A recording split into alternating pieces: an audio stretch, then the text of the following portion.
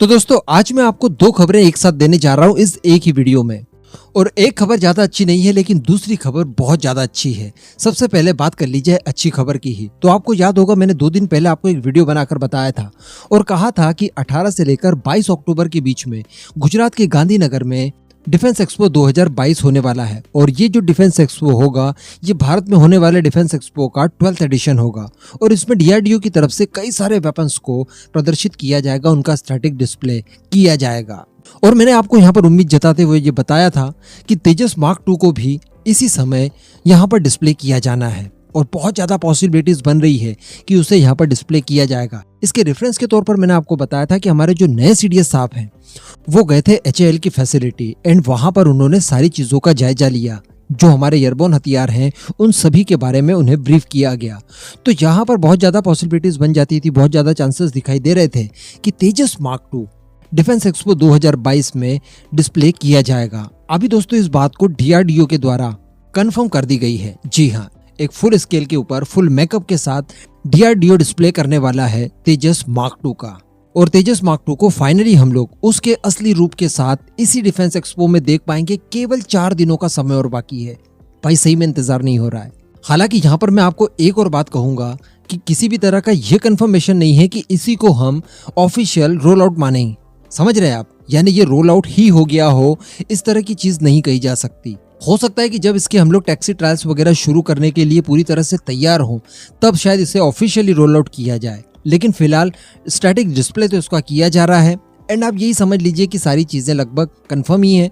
तो ये भी रोल आउट के समान ही होगा, क्योंकि इसे डेवलप करने के लिए जितने भी सब सिस्टम्स की रिक्वायरमेंट थी वो मैं आपको समय समय पर वीडियो बनाकर बता चुका हूँ कि सारी कुछ चीजें प्रोवाइड करवा दी गई है। केवल उन्हें असेंबल करके आपस में जोड़ करके फैब्रिकेशन करके एक तेजस मार्क 2 बनाना था और उसको काफी समय हो चुका है।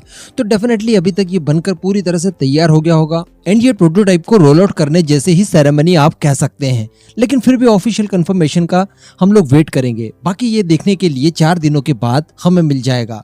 अभी आते हैं दूसरी खबर के ऊपर। दूसरी खबर निकल कर आ रही है यूके से।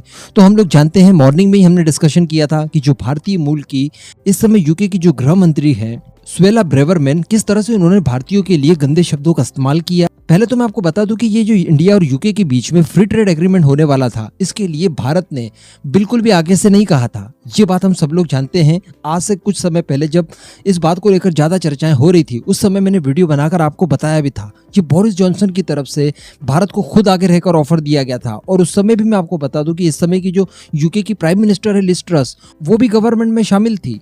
लिज ट्रस जो है वो पब्लिक द्वारा डायरेक्टली पीएम पद के लिए नहीं चुनी गई थी, उनकी पार्टी को लोगों ने चुना था, जिसमें बोरिस जॉनसन को चेहरा बनाया गया था। और बोरिस जॉनसन के हट जाने के बाद ये ऑप्शन के तौर पर लिज ट्रस यहाँ पर प्राइम मिनिस्टर बनी है, जबकि इन्हें कड़ी टक्कर दी थी भारतीय मूल के दूसरे व्यक्ति ऋषि सुनक साहब ने। आप जानते होंगे उनके बारे में। हालांकि उनका चयन नहीं हो पाया और वो प्रधानमंत्री नहीं बन पाए।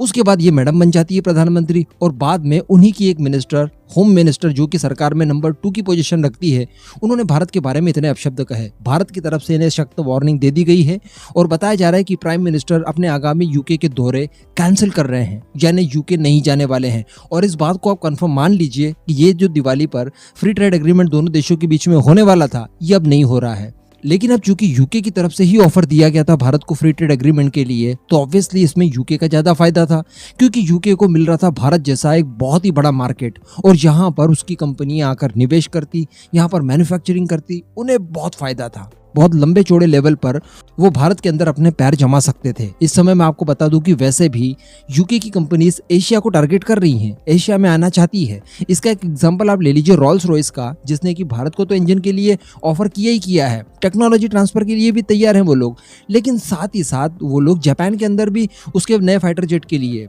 इंजन डेवलपमेंट का काम कर रहे हैं। तो कहने का मतलब वो भारत जैसे देश को बिल्कुल नहीं छोड़ना चाहते थे, ना ही सिविलियन मार्केट में और ना ही डिफेंस के क्षेत्र में। अभी कुछ ही समय के बाद हम लोग MMRC 2.0 डील भी करने वाले हैं। क्या अब इसके बाद कोई भी नंबर बनता है यूके और उसके सहयोगी द्वारा बनाए जाने वाले यूरोफाइटर टाइफून का? नहीं। तो कहने का मतलब ये चीजें उनके खुद के पैर पर कुल्हाड़ी के समान होगी। लेकिन यहाँ पर मैं आपको एक और अंदर की बात बता दूं कि ये जो सारी परिस्थितियां निकलकर सामने आई है और ये जो FTA साइन होते होते रह रहा है, इसके पीछे अकेले भारतीय मूल की यूके वाली गृह मंत्री का ही हाथ नहीं है। बल्कि लिज ट्रस भी नहीं चाहती थी। इसके पीछे कई सारे कारण हैं, जिसमें एक कारण ये भी है कि इस समय यूके आर्थिक तौर पर पूरी तरह से टूट गया है।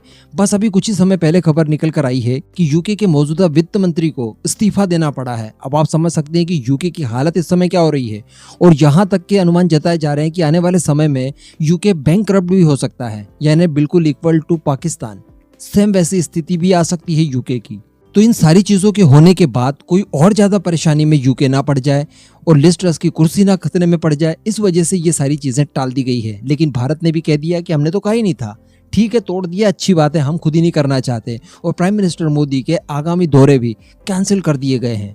तो कहने का मतलब ज्यादा टेंशन लेने वाली बात नहीं है। भारत भी बराबर रिटेलिएट कर रहा है, और इसी तरह का रवैया इनका अगर रहा तो देखिएगा आने वाले कुछ ही समय में ये लोग बैंकरप्ट होने में ज्यादा समय नहीं लेंगे। इस पूरे मुद्दे पर आपका जो भी मानना हो नीचे कमेंट करके जरूर बताइएगा।